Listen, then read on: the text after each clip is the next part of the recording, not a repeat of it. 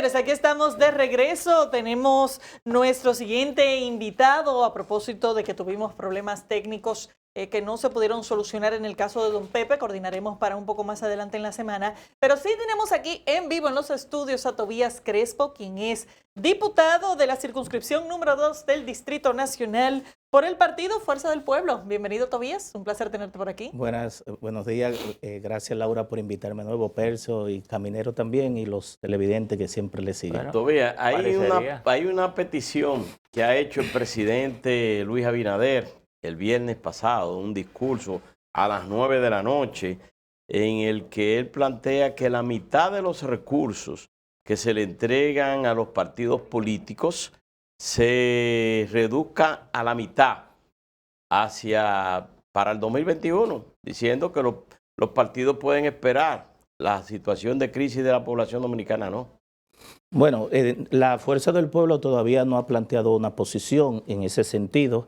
Sí escuché a su delegado político, Manuel Crespo, mi hermano, hablando de que no estaba de acuerdo en ese término. Es decir, que nosotros entendemos, aunque la ley electoral del año 97 especificaba que en los años que no eran electorales, los partidos políticos, en vez de recibir la mitad, es decir, un medio del presupuesto de ingresos y gastos, iban a recibir un 4%, es decir, la mitad cuando no hubiese procesos electorales. La ley 1519 derogó la ley anterior y no estableció esa división. Es decir, que habría que ver qué mecanismo está pensando el presidente de la República desde el punto de vista si lo va a introducir en el presupuesto de ingresos y gastos que nosotros tenemos hasta diciembre. Es decir, se somete el 1 de octubre, pero tenemos todos estos 3 meses en el Congreso para analizarlo, debatirlo, o si va a modificar, va a enviar una propuesta de modificación a la ley electoral en ese aspecto. Aunque yo considero personalmente de que hay otras partidas que pueden ser abordadas. Por ejemplo, en el presupuesto se ve en el Ministerio de Educación, que tiene 150.000 millones de pesos, y ustedes que estaban discutiendo el tema de la educación. INEFI, por ejemplo, tiene una cantidad extraordinaria de recursos asignados, igualito al año anterior, pero se va a dar educación física, donde no va a haber presencia de los alumnos. INAVIE manejaba al inicio, creo que en el 2012, empezó manejando 10.000 millones de pesos.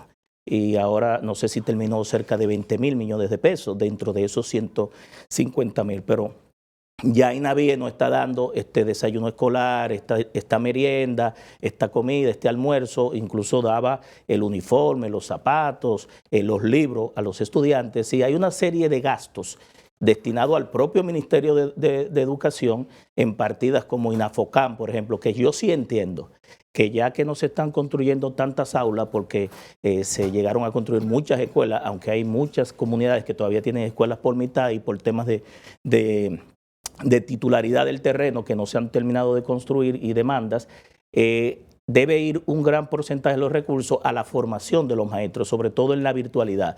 Muchas veces no solamente es entregar esta tablet, esta laptop al maestro, sino también que se tenga la capacidad para manejar el tema pedagógico y metodológico para enseñar. Y la partida que se le entregan a los legisladores adicional para planes sociales, o sea, no debían también, lo que le llaman cofrecito, barrilito, no debían también eliminarse. Bueno, eso es una discusión que se ha estado durante mucho tiempo debatiendo. En el caso específico del presupuesto ahora se establece 600 y pico de millones de pesos para esa partida.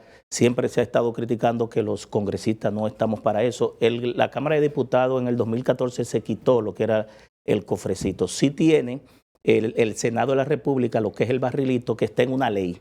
Es una ley que establece que por cada habitante que esté en la demarcación geográfica se destina $1 al fondo social de los senadores. En el caso de los diputados no se tiene esa ley, entonces habría que modificar o esa ley o en la misma ley de presupuesto, que muchas veces se ha hecho, modificar ese artículo que establece el tema del Fondo Social Legislativo. En el caso de los diputados, ¿qué reciben adicional a su salario?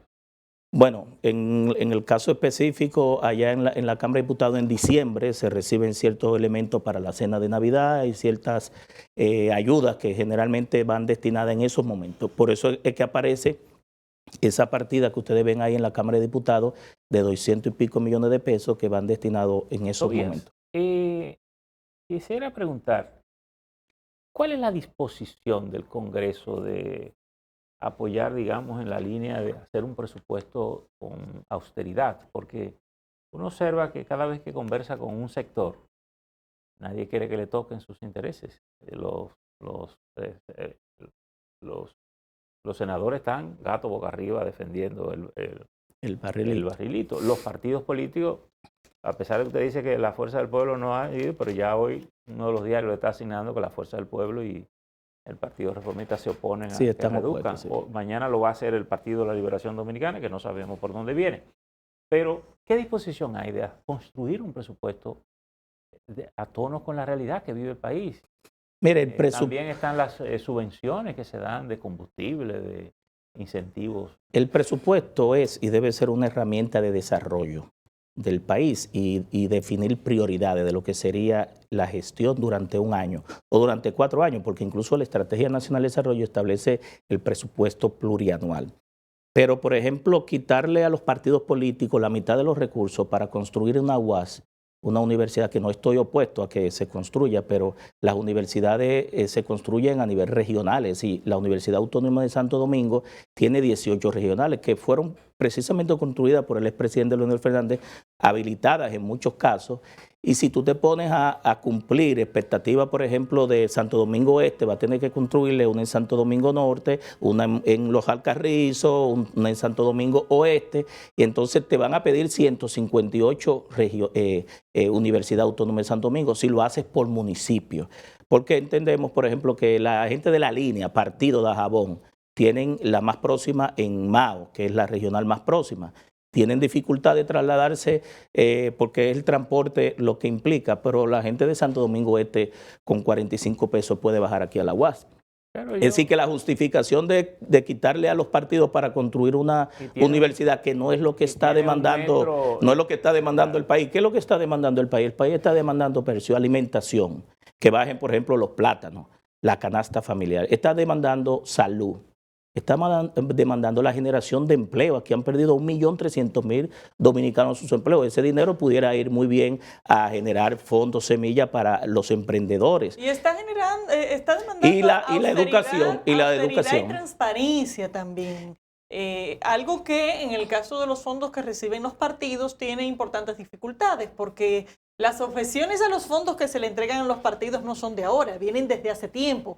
Cada vez que se distribuye hay una reacción negativa de la población respecto al uso de esos fondos. Pero la gran pregunta es, en este caso, si los partidos están de acuerdo a tener una parte del sacrificio colectivo que hay que hacer en el país, donde todo el mundo resulta de una forma u otra afectada en sus ingresos. Por lo que hemos visto, Laura, al parecer no hay una parte que está de acuerdo con las propuestas del presidente Luis Abinader y otra parte no. ¿Qué es que nosotros entendemos? Que allá en el Congreso, que es donde se discuten esas propuestas, se determinará, y sobre todo que ahora nosotros tenemos un Congreso que es multicolores, que es diverso, que es un arcoíris. No hay una mayoría que permite que un solo partido imponga. Hay que hacer consensos y acuerdos para pasar algo como esto. Pero vuelvo y repito, aquí el tema es la calidad del gasto, la prioridad, hacia dónde debemos ir.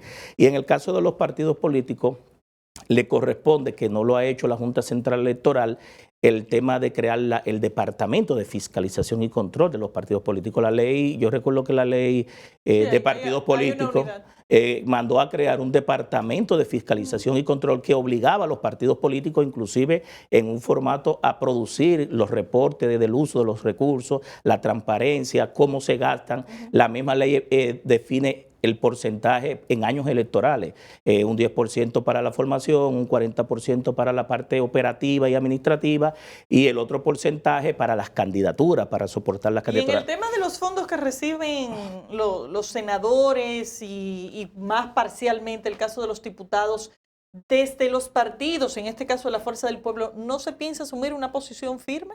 Bueno, cada partido la asumirá. Sí, en su momento, acuérdense que esa propuesta se hizo al final de la semana. Los partidos tal vez no tuvieron el tiempo para reunirse para ese tema. Su dirección. Lo del barrilito tiene años. No, lo del barrilito desde antes de yo llegar al Congreso está esa discusión, porque fue una ley que se aprobó en un momento específico y siempre se ha traído el tema y no ha habido ese consenso para lograr que esos fondos sean retirados y que los legisladores no dediquemos a lo que establece la Constitución, que es a legislar, a fiscalizar y a representar. Bueno, en el caso de los legisladores, parece que no están en condiciones de ellos legislar para afectar sus propios intereses, porque en el caso del Senado de la República, solamente dos senadores que han dicho que no quieren ese barrilito, pero después todo el mundo lo recibió. En el caso de la Cámara de Diputados, que reciben esa donación, ya sea en diciembre o ya sea de manera específica, porque hay algunos que reciben algunos 100,000 pesos para tratar temas en sus provincias. Esa parte ellos no quieren que se toque. Bueno, es lo relativo a que incluso la discusión tiene un tema de constitucionalidad. Habría que ver si modificando la ley de presupuesto o la ley que establece ese fondo de asistencia legislativa puede ser aplicado para los legisladores actuales. Porque ¿qué pudo hacerse? Hay dos senadores que renunciaron a esos fondos. El Senado redireccionará esos fondos que están asignados por una ley, porque es una ley que lo define. Entonces, ¿hacia qué elementos se utilizarán? Porque el Senado de la República y la Cámara de Diputados tiene una estructura de asesores, por ejemplo, de abogados, tiene un departamento de revisión legislativa, en el caso de la Cámara de Diputados se llama Ofitrel y en el Senado se le llama Deretel, de asesores.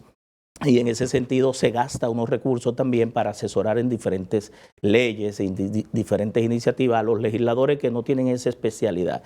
Es decir, que ahí habría que ver la discusión si al quitar este fondo de asistencia social aplicaría para los legisladores actuales o para los próximos, porque ya una ley definió un privilegio, un beneficio o un derecho adquirido que estaba establecido antes de que fueran electos. Pero es que eso no se supone, según el discurso de defensa de los mismos congresistas, que eso no es para ellos. Entonces eso no es un derecho adquirido. Pero cuando digo está en una ley, al estar en una ley, le corresponde, no al senador ni al diputado, porque en definitiva esos fondos se utilizan para resolver problemas de las comunidades, es decir, eso no es parte del salario del legislador. Precisamente, no siendo parte del salario, no es un derecho adquirido, por lo tanto se puede modificar en cualquier momento. Pero lo que digo es que está en una ley y al quitarlo de una ley, ese legislador cuando fue electo tenía ese privilegio, como muchos lo dicen, un privilegio positivo. Otro tema que sale con mucha recurrencia y ahora tal vez no tiene tanta fuerza, pero no ha dejado de salir, que son las exoneraciones que reciben los legisladores. A veces no solo porque las reciben, sino porque se han implementado unas prácticas, unas malas prácticas, que es violatoria a la ley, es decir, pone al legislador a violar su propia ley, que es vender esas exoneraciones, para verse a veces envuelto incluso en escándalos de narcotraficantes, porque le dan esas exoneraciones a gente que puede traer vehículos exorbitantes, que luego ese vehículo queda a nombre del legislador por varios años. Y cuando el narcotráfico se mete en un lío, entonces aparece el nombre del legislador. ¿Cómo solucionar este tema? Ahí lo que hay es que eliminarla y que el Congreso le garantice un transporte adecuado al legislador, porque por ejemplo hay legisladores de Samaná, de diferentes provincias que necesitan un vehículo para no solamente transportarse a legislar aquí a la capital y hacer su trabajo y su labor, sino dentro de su provincia. Entonces, lo que debe eliminarse es en el caso de las exoneraciones por completo y que la Cámara le provea al legislador un transporte durante el tiempo que tenga, que hay mecanismos para eso, incluso se puede financiar del mismo salario y al final cuando termine el legislador se queda con el vehículo. Tobías, hay dos procesos importantes que ya se iniciaron en la Cámara de Diputados, la que tiene que ver con la selección del defensor del pueblo o defensora y también lo que tiene que ver con la Cámara de Cuentas, que precisamente hoy uno de los diarios reseñas que apenas se han recibido unas 15 propuestas de integración de la Cámara de Cuentas, en base a las cuales la Cámara de Diputados tendrá que presentar las ternas. Sí, la Cámara de Diputados en este momento está inmerso en ambas. En el caso del Defensor del Pueblo tenemos una mora legislativa porque eso debió realizarse el año pasado. Sí, es lindo eso, mora legislativa. Sí, porque la Constitución daba un mandato por 6 años al Congreso para que cuando se cumplieran esos 6 años del Defensor del Pueblo, sus adjuntos, se eligiera, es decir, la Cámara de Diputados lo eligiera. La misma Constitución dice que si vencido ese plazo, el Congreso o la Cámara de Diputados no ha presentado, por ejemplo, esa terna hacia el Senado de la República, le correspondería a la Suprema Corte de Justicia. Estoy hablando en el caso del Defensor del Pueblo y los funcionarios. Y ninguna de las dos se ha producido, lo que implica un recurso en ese sentido. Bueno, ante la omisión de la Cámara, Cámara, ante la falta, ¿cuál fue ante la mora legislativa. Ante la Suprema. La Suprema. Cuando digo una mora porque es un mandato, no lo hicimos y debimos haberlo hecho. Es decir, pasó un año, no lo hemos hecho, ahí el Congreso no cumplió con el mandato, está ahora inmerso en ese proceso de selección y completado, ni lo hizo la Suprema Corte de Justicia, ni lo hizo la Cámara. Cámara de Cuentas yo creo que hay que esperar un chingue, porque hasta que no decidan lo de la Junta. Pero todo eso que no van a ser clasificados se van a anotar allá. Bueno, pero tiene un no, lo que problema, pasa es que la Junta, en la Junta es un proceso que solamente lo decide el Senado de la República, que ya está en el proceso de evaluar a 300 y pico de aspirantes. En el caso de la Cámara de Cuentas y el Defensor del Pueblo hay un plazo que debe ser ejecutado por la Cámara de Diputados, que es la evaluación de los aspirantes. Pero entonces, esto debe de elegirlo de acuerdo a lo que usted estableció ahora mismo, la Suprema Corte de Justicia. La Cámara no, es que la Suprema no lo ha hecho, ya la Cámara, la Comisión Permanente de Defensor del Pueblo está en ese proceso y la de Cámara de Cuentas también. Esa es una opción cuando el Congreso no cumple con esa responsabilidad. Pero que tampoco lo ha hecho, así que el Congreso lo puede hacer. El año pasado. No lo hizo, pero no entonces lo hizo le toca. Y creo es que el párrafo 2 del artículo que establece el Defensor 172. Alguien introdujo un recurso. No, y la misma Defensora del Pueblo ha ido 4 veces al Congreso diciendo que no le interesa seguir en el cargo, que la sustituyan y que quiere entregar, pero la Constitución establece que ella hasta que no la sustituyan tampoco tiene que esperar una decisión del Congreso, es decir, no puede renunciar, tiene que esperar esa decisión. En el caso de la Cámara de Cuentas se han depositado alrededor de 15 aspirantes.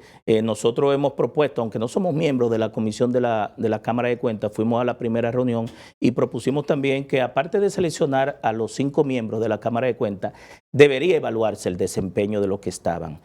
Porque no quita, porque es una comisión permanente, no es una comisión especial.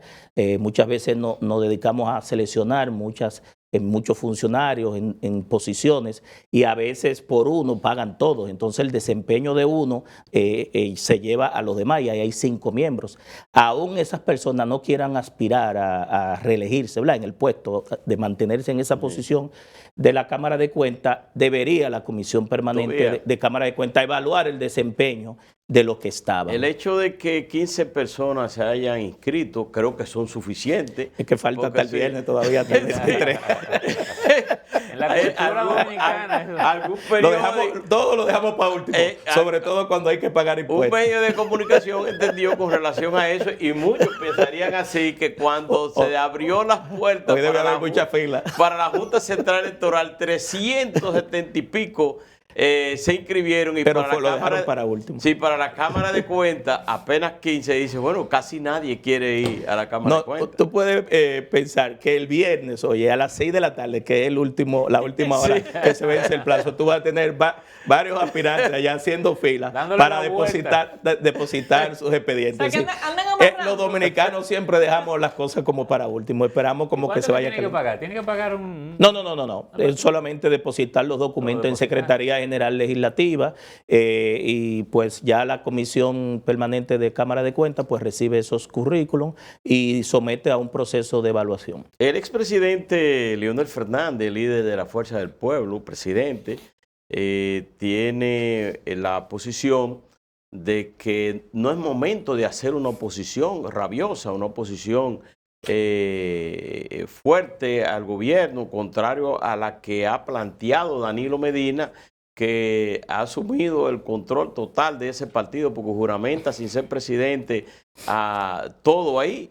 Es una posición muy a tono con que participaron unificados en las elecciones de julio pasado o es que esa es la posición del presidente de mantener durante estos 100 días la situación light? No, mire, nosotros respaldamos esa posición del presidente, que no fue ahora, Alberto. En la campaña electoral, yo recuerdo que el expresidente Fernández y presidente de nuestro partido, la Fuerza del Pueblo, planteó que ante la pandemia y los efectos económicos y sociales que ha llevado, planteó un gran pacto, un gran pacto social, un llamado a una unidad a todas las fuerzas, no solamente políticas, todos los sectores. Le correspondía al expresidente Danilo Medina hacer eso, pero no lo hizo, no se puso al nivel de lo que demandaba las circunstancias, que era llamar a todo el mundo en ese momento.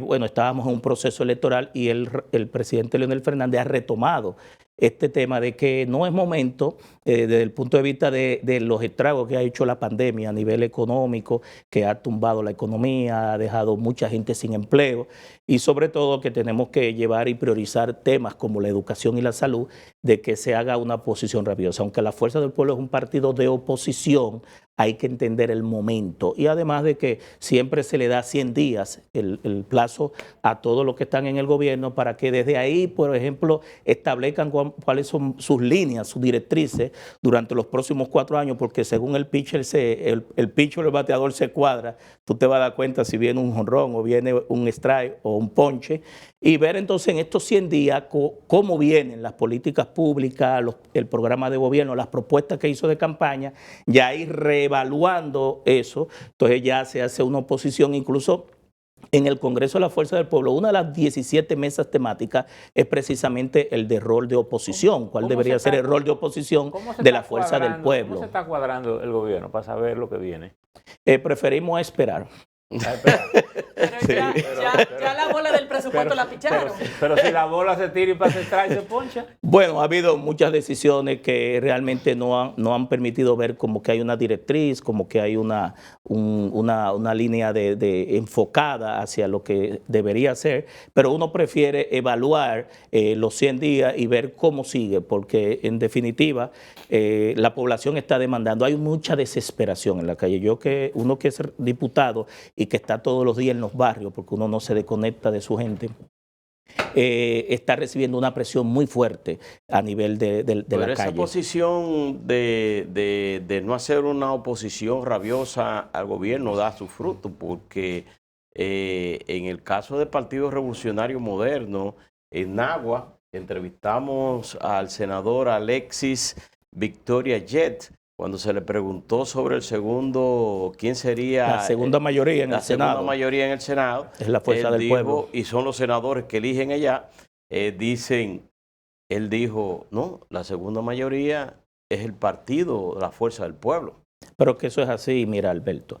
Si tú, el mayordomo cuenta, cuando se llame a esa sesión para seleccionar a la segunda mayoría y cuente, va a determinar que la Fuerza del Pueblo tiene 8 senadores. Esa es la parte matemática. Pero si nos vamos a la Constitución, a la propia Constitución que dice que la segunda mayoría es el partido o bloque de partido opuesto al que preside el Senado, que en este caso lo preside Dominicanos por el Cambio, pero fue aliado al PRM. Constitucionalmente le corresponde a la Fuerza del Pueblo. Ahora, que haya una discusión política de parte del comité político del PLD reclamando algo que no le merece por la Constitución y por la parte numérica, pues que vayan al Tribunal Constitucional. Para eso nosotros creamos el Tribunal Constitucional. Hay un tema que surge muy interesante con relación a esto de la segunda mayoría, que lo comentábamos creo que el viernes acá. La Fuerza del Pueblo ha logrado hacer un bloque después de las elecciones, es decir, con senadores que fueron electos por el PLD y que se pasaron a la Fuerza del Pueblo. Pero si uno de esos legisladores faltare por alguna razón, por muerte, por ausencia, por las situaciones que sean, quien lo puede sustituir es el PLD. Así es, entonces, pero eso es un tema interesante. Lo que pasa que a nivel jurídico el Tribunal Constitucional o los tribunales se van a lo que está escrito. Entonces no está definido en ese caso para la selección, no dice la Constitución que fue donde fue electo, sino el que ostente en ese caso. Ya sí, en la parte de cuando un legislador fallece, comen y los que beben. No, lo que pasa es que cuando un legislador fallece, ya sí dice la ley que le toca al partido donde fue electo presentar, ¿verdad?, las personas que van a hacer propuestas y el hemiciclo lo elige, pero está delegado en una ley al partido en el caso de fallecimiento. Bueno, muchísimas gracias a Tobías Crespo, diputado del Distrito Nacional por la Fuerza del Pueblo. Muchísimas gracias por su participación. Gracias a ustedes, amigos televidentes, también muchísimas gracias. Laura Castellanos, Percio Maldonado, Alberto Caminero estuvieron con ustedes. Les invitamos a que nos veamos de nuevo aquí a las 6 de la mañana este martes.